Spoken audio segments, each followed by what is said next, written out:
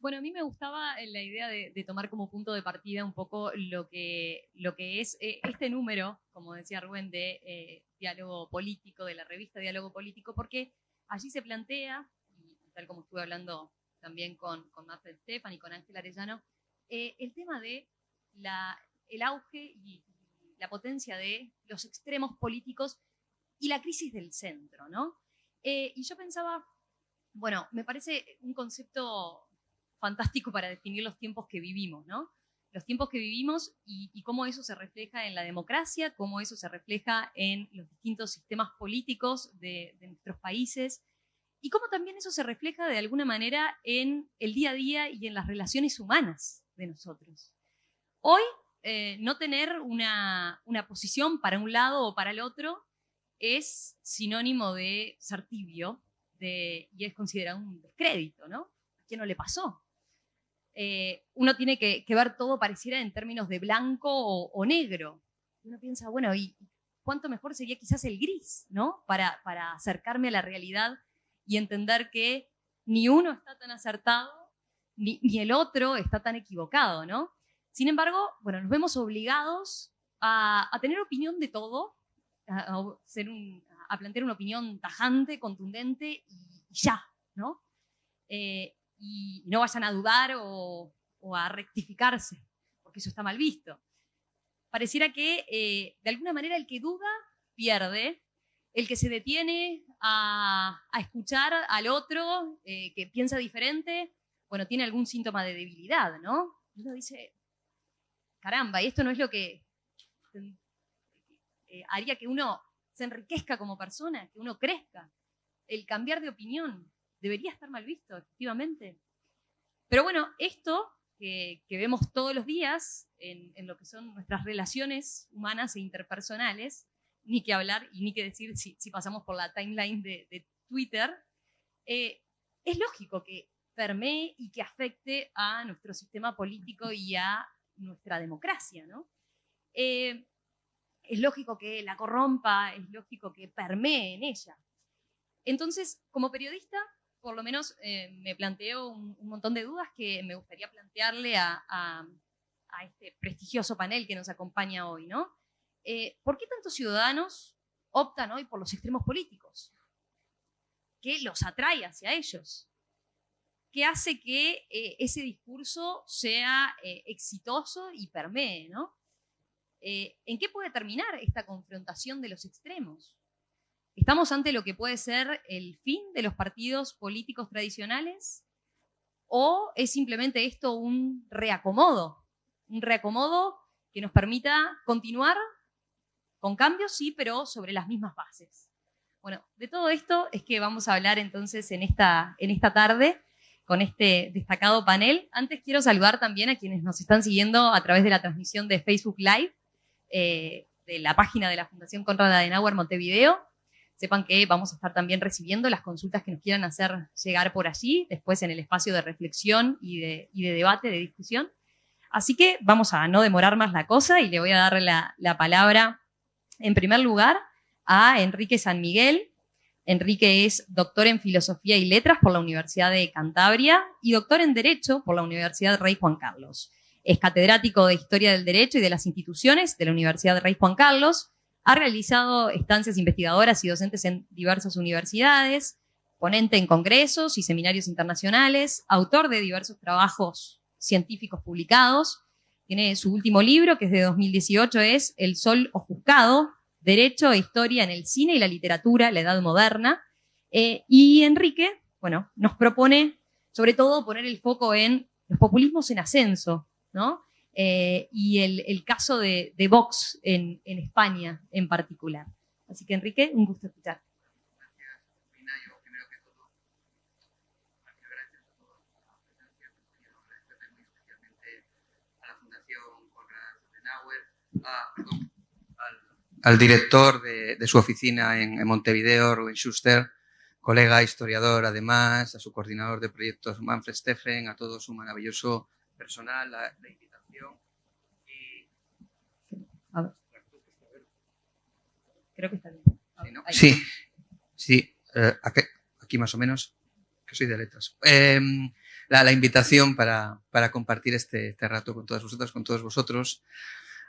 Decía Goethe en sus epigramas venecianos: a vivir he aprendido, prorrogadme dioses el tiempo. No aprende a vivir cuando ya no se encuentra precisamente en el mecho del camino de la sua vita. Yo hace mucho tiempo que doble el recodo de la vereda, el recodo del camino.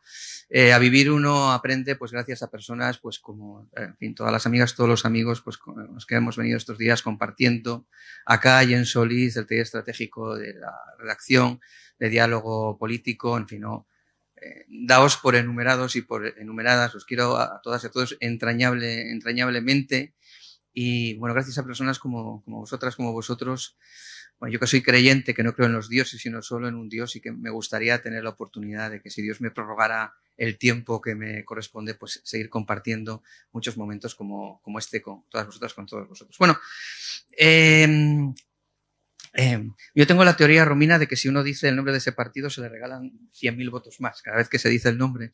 Entonces vamos a ver si tratamos, o voy a intentar salir un poco de, digamos, estamos, como diría la novela de Juan Marsé, en fin, maravilloso escritor barcelonés, encerrados con un solo juguete. No, estamos encerrados con varios juguetes. A ver, esto de la política no lo digo yo, lo decía Hannah Arendt, en fin, un argumento de suficiente autoridad para todos cuando nos encontramos aquí. Esto va de que los seres humanos vivimos juntos, ¿no? Estamos todos juntos en esto, ¿no? Esto de la aventura de la vida, y resulta que la mejor forma que la historia ha demostrado que los seres humanos podemos darnos para organizarnos y sobre todo para afrontar nuestros problemas y resolver nuestros problemas como los problemas se resuelven, que es actuando políticamente, es decir, actuando juntos, actuando como pueblo, pues se llama Estado de Derecho, se llama democracia, ¿no? Eso que, en fin, como sabéis, las 4 reglas, pero bueno, las enumero, eso que va de aplicar la regla de las mayorías, del respeto a las minorías, respetar los derechos y libertades fundamentales, aplicar la división de poderes y, digamos, someternos todos al imperio de la ley. Casi nada lo que acabo de enumerar así de taquito, como si la cosa fuera tan sencilla. Pero bueno, habitábamos, yo sigo habitando en el convencimiento de que esta es la mejor manera posible que tenemos de organizar. Bueno, la democracia, para empezar, es un permanente descubrimiento. Es decir, no hagamos, si habéis leído la historia de Jasón y los argonautas, no hagamos como las hijas de Pelías, que engañadas por Medea, que les prometió que si despedazaban al padre iban a conseguir a Pelías rejuvenecerlo. Lo que pasó es que las hijas de Pelías le despedazaron y Pelías pereció, y por lo tanto Jasón y los argonautas tuvieron más fácil su expedición, ¿no? Es decir, esto de despedazar la democracia para reinventarla, yo en principio me fío muy poco de todas aquellas fuerzas o propuestas que pretenden no redescubrir la democracia, no entender la democracia como es un permanente descubrimiento, sino despedazarla. Pero también yo creo que sería bueno que saliéramos de algunos lugares comunes. Evidentemente que estamos en un cambio de época, pero todos estos elementos que se adjudican al cambio de época, ¿no? O sea, es decir, que los seres humanos estamos llenos de ansiedad, de inseguridad, a la deriva, en tensión. Para empezar, la inseguridad no es necesariamente negativa. Un gran pensador cristiano-demócrata francés, fundador que fue del movimiento republicano popular y militante del MRP desde su fundación el 24 de noviembre de 1944, que se llamaba Etienne Bornet, decía que también teníamos que ver la inseguridad como una virtud.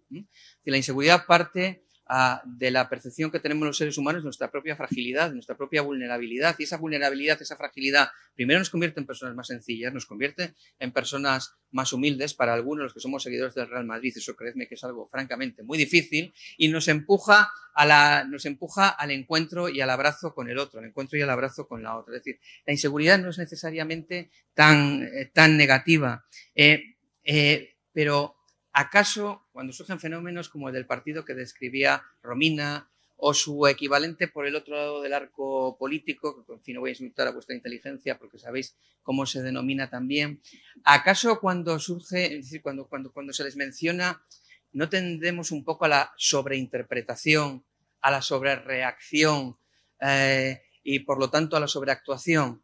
O sea, ¿realmente son tan terribles? Es decir, hay que sentir miedo de estos partidos, ¿no? Yo creo que parte de su éxito es instalar el miedo aunque esté fuera de la agenda, y me referiré luego, dentro de 2 horas aproximadamente, cuando esté terminando esta intervención, a eso monográficamente, ¿no? Pero, por lo tanto, no sobreinterpretemos, no sobrereaccionemos, no sobreactuemos, pero tampoco nos dejemos contaminar de esa especie de falso optimismo materialista, ¿no?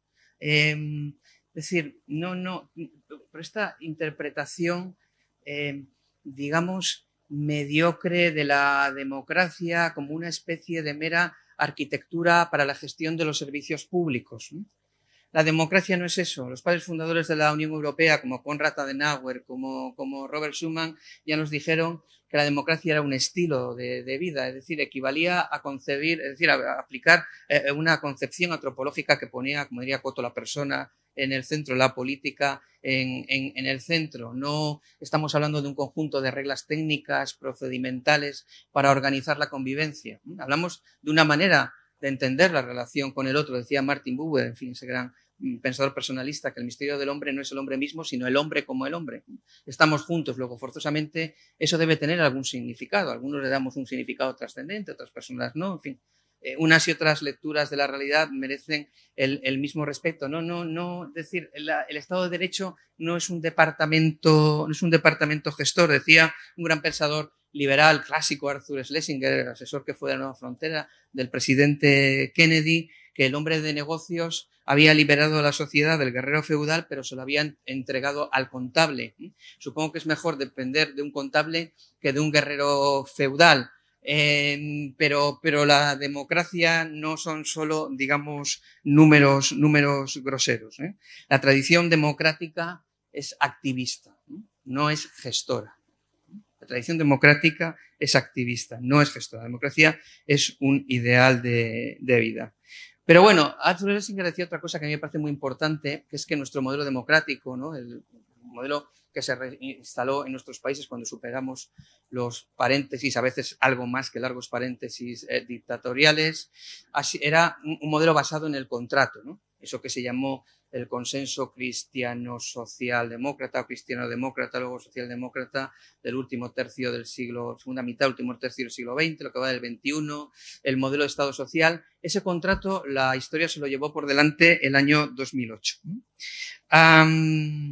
Y ese contrato ya no pretende ser reescrito o restablecido por los discursos de los extremos.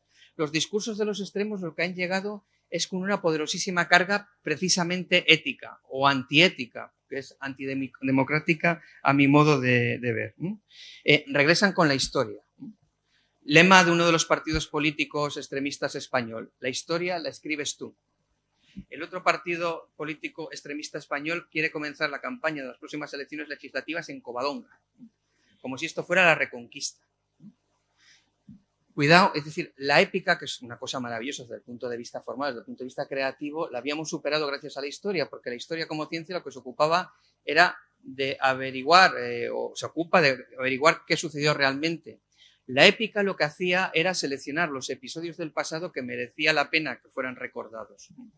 Cuidado con pasar de la historia a la épica o regresar a la épica, porque nos instalamos, por lo tanto, en el territorio de la manipulación, y la manipulación deliberada, la manipulación interesada. Luego, hablaba Romina antes de, digamos, de los espacios templados, de la centralidad, de la moderación. Claro, a los extremos les produce verdadero, es decir, no pavor, porque no es que le tengan miedo, es decir, detestan la centralidad, la quieren aniquilar. Donde hay centralidad, los extremos no progresan. Hay un libro maravilloso que se llama La muerte de Danton. Es una tragedia que escribió un gran autor teatral alemán, Georg Büchner, en 1835, murió solo con 23 años. No sabemos lo que hubiera hecho Büchner si hubiera vivido más de 23 años, ¿no? Y hay un momento de la novela en donde Lacroix le dice a Danton: eres un moderado, y moderación equivale a debilidad. Yo no es que sea un moderado, o sea, yo soy extremadamente moderado, o sea, yo el único extremismo en el que creo es el extremismo de la moderación. Entonces supongo que eso me hace extremadamente débil. No, yo comentaba en un correo a Manfred hace unas semanas, cuando empezamos a hablar de esto, que cuando, y lo he comentado, en el taller lo he comentado también, que cuando por fin don Patricio Elwin, ya que está aquí Marta y Claudio, fue recibido por Pablo VI después del golpe de Pinochet por primera vez en 1976 en el Congreso de la Unión Mundial Cristiano-Demócrata en Roma, Pablo VI recomendó a don Patricio 3 cosas: prudencia, coraje y audacia, ¿no? Para mí la moderación, la extrema moderación equivale al extremo coraje, a la extrema prudencia y la extrema audacia. Es decir, hay que tener mucha audacia para decir en estos tiempos que uno es moderado, ¿no? Porque la moderación es aburrida, ¿no? Hemos quedado estos días. Y luego, una cosa que a mí, entre que me fascina y me divierte de los extremos, porque se lo creen, y es que crean su propia jerarquía moral. Y si crean su propia jerarquía moral es para colocarse en la cúspide, naturalmente. Derechita, cobarde. La casta. Es decir, o como lo dice Danton a Robespierre en la obra de Büchner, vives de la necesidad de afirmar que los demás somos peores que tú. Los extremismos viven de la afirmación de que los demás somos peores que ellos, ¿no? Y le dice Danton a Robespierre, ¿eres el policía del cielo? Esta intervención, por cierto, se llama El cielo no necesita policía. El cielo no necesita policía, ¿no? ¿Quién tiene el derecho en este mundo a convertirse en el policía del cielo? Es decir, el que se compra un casoplón en la Sierra de Madrid de infinitas habitaciones es el que está en la cúspide de la jerarquía moral de una sociedad. Bien, dejo esa pregunta, luego si queréis regresamos a ese ámbito. Y luego finalmente otro discurso que instalan los extremos y de manera artificial. Antes en la comida lo comentábamos con Marta, ¿no? El miedo. El debate inexistente absolutamente en España, os prometo que España es un país sustancialmente seguro, sobre el uso de las armas de fuego para defender las casas. En las casas de España no hay armas de fuego, es decir, bueno, en las de los cazadores, no es un país inseguro, ¿no? Suscitar un debate artificial con el objeto de liderar la agenda, liderar el espacio público, liderar la vida política, pero en último término insertar el miedo en la sociedad, ¿no? O como diría Robespierre también en La muerte de Danton, es que la virtud sin el terror es impotente. La virtud necesita, ni qué decir tiene, que los extremos son virtuosos. Todos los que no estamos en los extremos, por lo tanto, somos viciosos, ¿no? Y si encima nos gusta la vida y nos gusta nuestro trabajo y lo que hacemos y se nos nota, pues más viciosos todavía. Bueno, voy terminando. Yo creo, no lo digo por provocar o por animar el debate, yo creo que esta experiencia del extremismo que estamos viviendo va a ser extraordinariamente saludable y que es una gran oportunidad para la reafirmación democrática. Pero creo que va a ser una experiencia saludable y que se va a convertir en una gran oportunidad para la reafirmación democrática si contraemos 3 compromisos. El primero, el propio compromiso democrático como ejercicio constante y perentorio. Hay que reafirmar el compromiso democrático. Es decir, en la historia no hay nada irreversible. Lo hablaba con Guillermo, lo hablábamos Guillermo y yo hoy camino del almuerzo y no, la democracia es pétrea, es granítica, es decir, también lo creían los hombres de la Alemania de Weimar, que la democracia, o de Gasperi cuando era secretario general del PPI de don Sturzo a comienzos de los años 20. Bueno, y qué decir del caso de la Francia que se derrumbó en 37 días en 1940. No es que se derrumbara militarmente, es que la Asamblea Nacional, que le dio los plenos poderes a Pétain en junio de 1940, tenía una mayoría absoluta del Frente Popular. Por cierto, el único partido que votó en bloque, era un partido muy minoritario, pero que votó en bloque en contra de los plenos poderes de Pétain, fue el Partido Demócrata Popular, que era de inspiración cristiano-demócrata. Es que hoy, lo hablaba con Rubén, creo que con Carlos, sí, estaba Carlos también, hoy 3 de abril es el aniversario del nacimiento de Helmut Kohl, de Alcide de Gasperi y de Marc Sangnier, ¿no? Supongo que la fecha fue buscada a propósito para este evento, ¿no? Segundo compromiso, ¿no? La democracia es una creencia militante y combativa. O sea, la democracia es, como decimos en mi tierra, poner el pie en la pared. Es decir, la democracia hay que defenderla. En la democracia hay que militar y en la democracia hay que defenderla. Es bueno, es un tema opinable, quizás encontremos un sistema. No. Esto es lo mejor que nos ha pasado en la historia. Creedme, esto es lo mejor que nos ha pasado en la historia. Y ahora, si queréis decir, no, pero en España no tenéis problemas, si disponéis de una semana de vuestro tiempo, os los explico más o menos detalladamente. Claro que tenemos problemas. Historia vive la mejor etapa de su historia. ¿Qué era la mejor etapa de su historia? Cuando España, en fin, recorría los mundos y no pidiendo perdón, precisamente mientras los campesinos se morían de hambre en mi tierra, por ejemplo. Una tierra donde no llegó la imprenta hasta 1790, una tierra donde no llegó la universidad hasta 1972. Miro a Castellar, no sé si es para decir, podemos estar orgullosos de esas etapas de la historia de España. Tercero de los compromisos. Bueno, yo creo que tenemos que ser todos los demócratas o sentirnos llamados al liderazgo. Pero liderazgo como apetito de responsabilidad y de decisión. No como afán de que el rostro se reproduzca en un cartel. Aunque uno tenga como yo 2 perfiles buenos. No, en serio. Es decir, no horrorosos los dos. No, apetito de responsabilidad. Apetito de responsabilidad. Decía Stuart Mill que no hay responsabilidad sin libertad. Y le respondió con Rathenauer, sí, pero no hay libertad sin responsabilidad. Libertad con responsabilidad. Esa es la propuesta del humanismo cristiano, esa es la propuesta histórica de democracia cristiana. Y entender, o por lo menos yo creo que cabe entender que estamos en un final de la historia, ha comenzado una nueva etapa de la historia, pero porque cada final de la historia es un nuevo comienzo. Hay 2 maneras de ver la vida. A mí me parece que hay un grupo de Liverpool que resumió muy bien las 2 maneras de ver la vida en una canción que se llama Hello Goodbye. Hay gente que está todo el tiempo diciendo adiós, otros preferimos estar todo el tiempo diciendo hola. Digámosle hola a esta etapa de la historia, más que nada porque es la nuestra. Y eso significa que forzosamente tiene que ser o va a ser maravillosa. Se llamaban los Beatles el grupo, por cierto, que no dije el nombre, casi nadie lo había adivinado. Bien, como pueblo, como ciudadanía, debemos ser conscientes de que unidad y pluralidad en los objetivos y en la acción generan poder. La maravillosa definición de la democracia de Marx Anger, que luego hizo suya y desarrolló Aldo Moro, la democracia es el poder del pueblo para la libertad. Es Aldo Moro que decía que en su elogio fúnebre al Che de Gasperi que la esencia de la democracia pertenece a la vida moral, pues eso, juntos tenemos poder. Claro que tenemos poder. Y finalmente, claro, yo soy de derecho, entender que el mejor instrumento que tiene el pueblo para limitar el poder es la ley. Eso que decía Rudolf von Jhering, la lucha por el derecho, todas las grandes conquistas que ha realizado la humanidad a lo largo de la historia han sido a través del derecho y se han consolidado gracias al derecho. Coda final, pero la centralidad democrática se preserva a través de un mecanismo que me parece que es un mecanismo fundamental, que es el del que nos quieren sacar los discursos extremistas, que es el mecanismo de la espontaneidad. Si hay que preservar la moderación, si hay que preservar la espontaneidad, la centralidad es por su espontaneidad, por la capacidad que tienen los espacios templados, moderados, centrales de una sociedad, de un sistema político, un sistema partidario. Creo que los partidos políticos son una herramienta, Rubén, para el siglo XXI.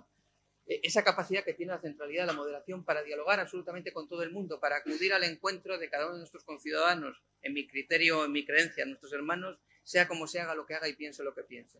Esa espontaneidad nos tiene que seguir definiendo. Y la espontaneidad os prometo que no es aburrida. No es aburrida en absoluto. Y termino ya. He citado a Rudolf von Jhering, ¿no? Es un jurista alemán al que admiro mucho. El año pasado se cumplió el bicentenario de su nacimiento. Jhering recuperaba un adagio latino que yo quiero compartir también aquí para terminar, y agradeciendo, en fin, vuestra paciencia, vuestra atención, vuestra complicidad. Jhering decía, ridendo di credere, tenemos que decir la verdad riendo. Tenemos que estar contentos. Podemos estar contentos. No somos la policía del cielo, somos demócratas. Muchas gracias.